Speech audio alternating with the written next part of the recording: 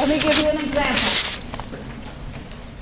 Read that down there. It says local funds, right? Local funds are your funds. Federal funds are ours. We had somebody last year put 100% under local funds. What does that do? They don't need us, right?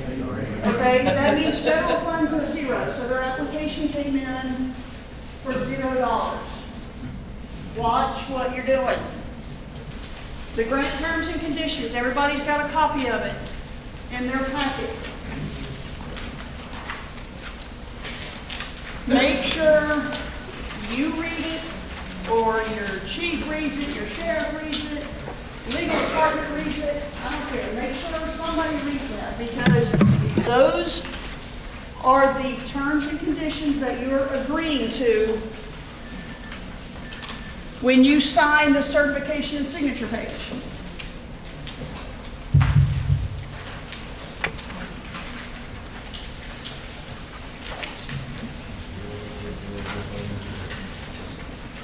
So this is what it looks like in EGLHS. So you'll go up to the forms menu,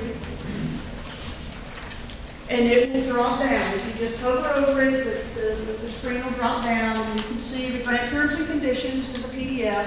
If you need to review it, when you get back to the office, you lose it, you leave it in the bathroom, whatever. I don't know. There we go. And then the certification and signature page is what you're going to pull up next. And it's got to have 3 people listed. It's got to have an authorized official, which is generally the highest elected official in the city or in the county. So it could be the county commissioner, could be the mayor, the sheriff if you're a sheriff's office. The agency staff is going to normally be the financial director, finance manager, whatever in your local agency. So when you get, and there's a cheat sheet in your packet that tells you how to get people onto this page electronically. I'm going to show you this section. I'm going to show it to you in a second, but hold with it. That document has got to be signed and in our office by March 20th. Okay, so when is your application due? Okay, February. So we're giving you about another month or so to work that document through your system, through your agency, get it signed by everybody, and get it in our office by March 20th. In previous years, some of you have probably submitted applications with us, even up through this year. Some people say that this document gets lost in the mail. Oh, I sent it, right, Roger? Where is that? We have people say, oh, I sent it to you, I sent it to you, I sent it to you twice now, I sent it to you 3 times. So what we are suggesting to you, certainly not mandatory, but what we're suggesting to you is you either hand deliver it to our office, which is right there by the Capitol in downtown, or you send it certified mail. Again, not required, but I do suggest that you do that. Because if that form is not in our office, we're not going to look at your application. Okay, here's what the form looks like. It is a PDF once it all gets filled out. And then where it says signature, those 3 people have to sign it in blue ink. Blue ink. So you're going to have to print it off and have to sign it. Now, don't go in there and if somebody's name doesn't show up, don't handwrite their name in, the address. Don't white it out. Well, that person's not there anymore. I'm just going to white out their name and handwrite somebody else's name in there. Don't edit the PDF. Candace is a pro at being able to pick out if this is original or not. So there are instructions in your packet on showing you how to get these people added to the grant.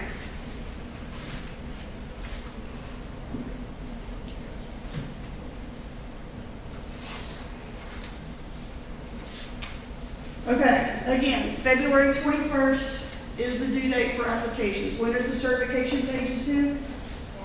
March 20th, right.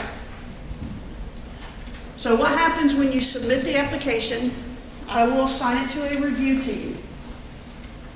Normally the review team consists of one of our grant managers in-house, a member of the finance department, and an external reviewer, somebody not associated, not employed by our office. So what they'll do is they review the application, and it'll come up with a score. Combined average score of 70 or better, you're eligible to be awarded. Does that mean everybody's going to get awarded? No. We only have a certain number of funds, but you are eligible at that point. So you're reviewed on all these components that you've been hearing about all morning. If the application needs revisions, which honestly a good portion of it will, we're trying to cut those revisions down by having this class for you. But if it does need revisions, it will be sent back to you within the EGO system.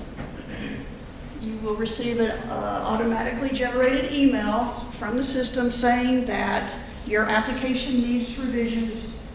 Please edit and resubmit. You got 3 business days to resubmit it, so don't delay on this. Do not delay. And then if it's awarded, it will be awarded prior to October 1st. Now this grant runs on the federal fiscal cycle, which is October 1st of 2020 through September 30th of 2021.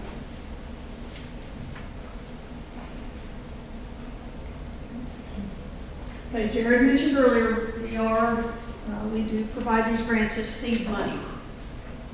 Every one of them are reimbursable. Reimbursable means that you guys pay for the items up front, and then you will submit reimbursement claims on a monthly basis to get the money reimbursed to your agency. I always tell this story. We had a grant applicant, it's probably been 7-8 years ago. So he sits through the class, like we're all doing here. He goes back to his agency, submits a good application. It's a good application. It ends up being awarded effective October 1st. He submits his claim on time for October, all good, except for the invoice is dated June. Anybody see a problem here? Yes. Okay, the grant doesn't start till October 1st. So what he did was he sat through this class, went back to his agency, submitted his grant application, bought the items before the grant was awarded. Don't do that. Don't do that, because he ended up having to pay for those 6 laptops. I think it was about $10,000 out of his own budget, because we cannot reimburse that. It was purchased outside the grant year. Does that make sense? So, do not make any purchases prior to receiving the award letter and prior to October 1st. Procurement policy has been mentioned a couple times. If something is in your budget for $5,000 or more, single item, we need to have your agency procurement policy attached to the document attachment section.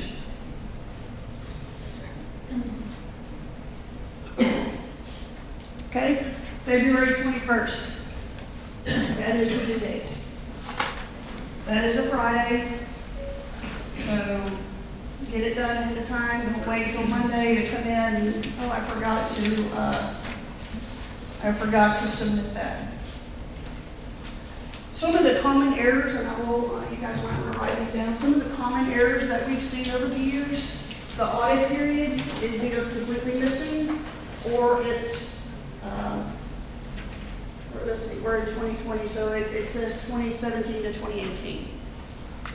Okay, make sure the audit period matches your own agency audit period. Why are we here? Why are we here? Because you guys believe that you have a highway safety problem, right? So problem ID, problem ID, problem ID, data, data, data. If you don't have the data written in the application, we cannot fund the project. You've got to be able to justify the data. A good problem ID is not going to be a couple sentences, okay? It's going to be several paragraphs. Assessment chart not being complete, make sure you get your citation data in there. The activities section and the milestone, Amanda mentioned the months. So, and I think the example you used was 10 car seats a month. We're going to give 10 car seats away a month, which would equal 120 by the end of the grant year. Make sure your activity says 120. Some people will submit their activity saying we're going to give away 80 car seats during the grant year, but then their milestone chart shows 120. So that doesn't match up. On that same avenue, make sure your budget has 120 car seats and not 300. Why are you asking for 300 car seats if you're only going to give away 120? Okay, so you see where all this is starting to tie together? Okay. The resource requirement, a narrative of your budget. Explain your budget. Again, those are more than just 1 or 2 sentences. Your budget should be based on the data. So your budget is going to help with the activities to correct your problem. I think you guys have heard me say problem ID at least 40 times already. So if your problem ID shows you have a pedestrian problem, are car seats going to be available or allowable in your budget? I wouldn't think so. Okay, so make sure the items that are in your budget are going to help you with your activities to correct the problem.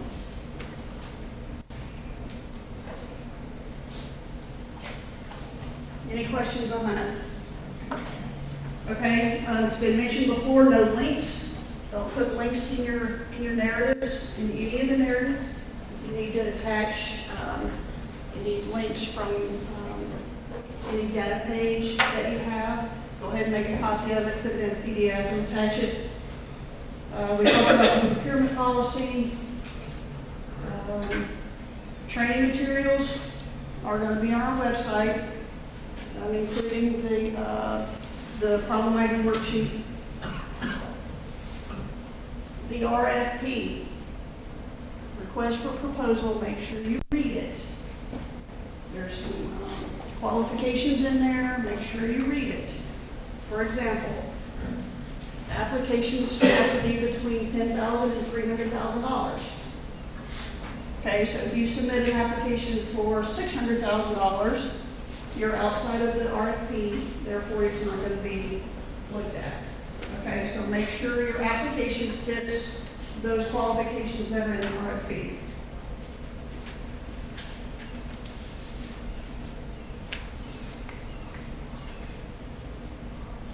Any questions? Of course, Ken, go ahead. On the enforcement hours, Okay. we no longer have to fill out the FICA and all that stuff anymore. Correct. If your application, if anybody's had a heat grant before, you know, in the past we have done an in-kind officer, if you will, okay, where the agency supplies one officer and GOHS would reimburse for the other officers in the project. So with the enforcement hours, what we have done is the benefits are now the in-kind portion of these heat projects. It also applies to the HVE. If you're doing enforcement hours, we're not doing benefits. So yes, that's absolutely correct. And no operating expenses. such as, We used to get operating expenses like on recalls for fuel and maintenance. yes, we can do vehicle maintenance. If you need, to help you fix your problem, if you need maintenance on the car, such as fuel, tires, brakes, so forth. I was saying it's just the benefits that change. Yeah, just the benefits that change for the enforcement hours. Now, if your project is a more educational type, then you have personal services in there, then yes, benefits will still be included.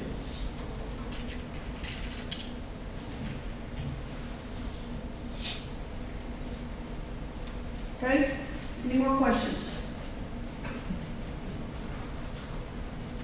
Make sure you have signed in the back with Ms. Gale. The agency form that is in your packet, make sure you have filled it out and you give it to Ms. Gale.